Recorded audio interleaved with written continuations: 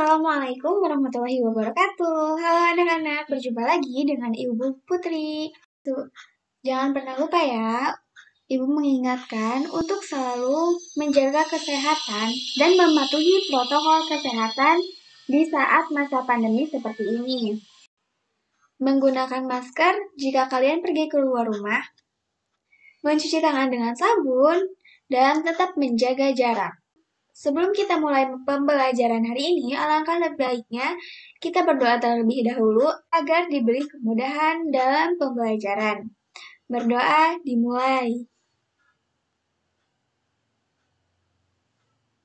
Berdoa dicukupkan. Kita langsung aja ya. Ada yang tahu nggak sih kita hari ini akan belajar apa? Ya benar, hari ini kita mau bahas tentang daur air yang ada di buku tema 8 kelas 5. Oke, baik. Sebelum masuk ke daur air, Ibu mau nanya dulu nih sama kalian. Apa sih gunanya air buat makhluk hidup? Ada yang tahu nggak? Oke, yang pertama buat manusia dulu deh. Coba sebutin apa aja. Ya, benar ya.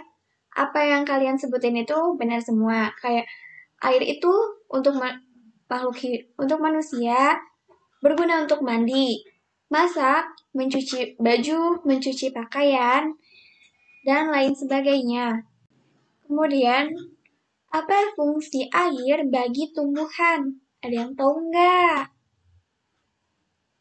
Ya, buat yang pertama itu untuk tempat hidupnya ya. Air untuk tempat hidup tumbuhan itu seperti eceng gondok, teratai, dan lain sebagainya.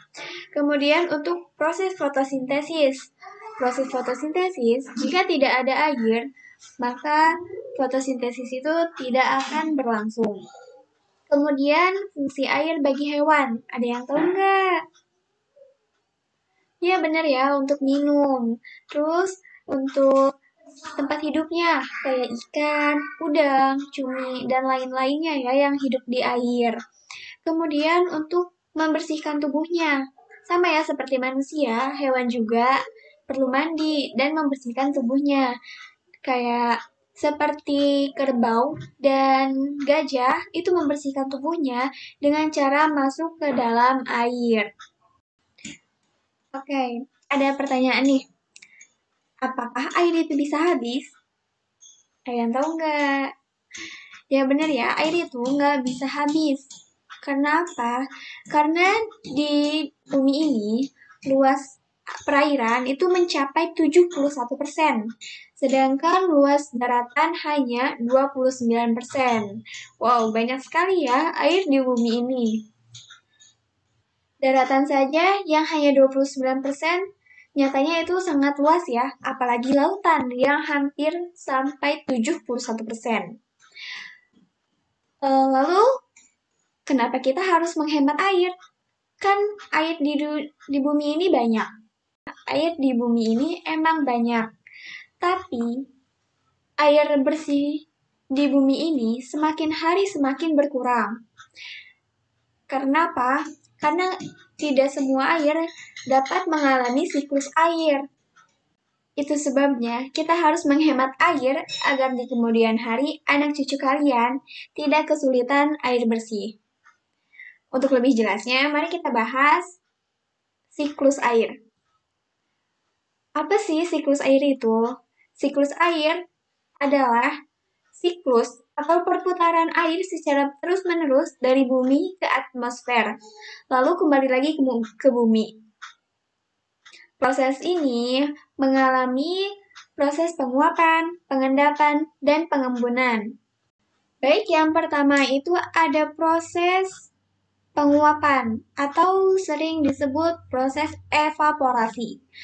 Proses evaporasi ini air yang ada di laut, di sungai, dan danau itu menguap akibat panas dari sinar matahari. Kemudian yang kedua ada proses transpirasi atau proses penguapan yang ada di dalam tumbuhan. Jadi, proses penguapan itu tidak hanya dari air laut, sungai, dan danau. Tetapi dalam tumbuhan juga terjadi proses penguapan yang disebut transpirasi. Kemudian yang ketiga, proses kondensasi. Proses kondensasi itu ketika suhu udara turun, uap air akan berubah menjadi titik-titik air. Nah, kemudian titik-titik air ini yang akan menjadi awan. Setelah berkumpulnya jumlah air yang banyak di dalam awan, kemudian terjadi proses presipitasi. Proses presipitasi ini merupakan peristiwa jatuhnya air dari atmosfer ke permukaan bumi, baik dalam bentuk cair ataupun kristal, atau yang lebih sering kalian sebut dengan hujan, atau turun salju, dan hujan es. Itu merupakan sama saja. Baik, kita ulang lagi ya anak-anak. Yang pertama, proses evaporasi merupakan proses penguapan dari air laut, air sungai, dan air danau.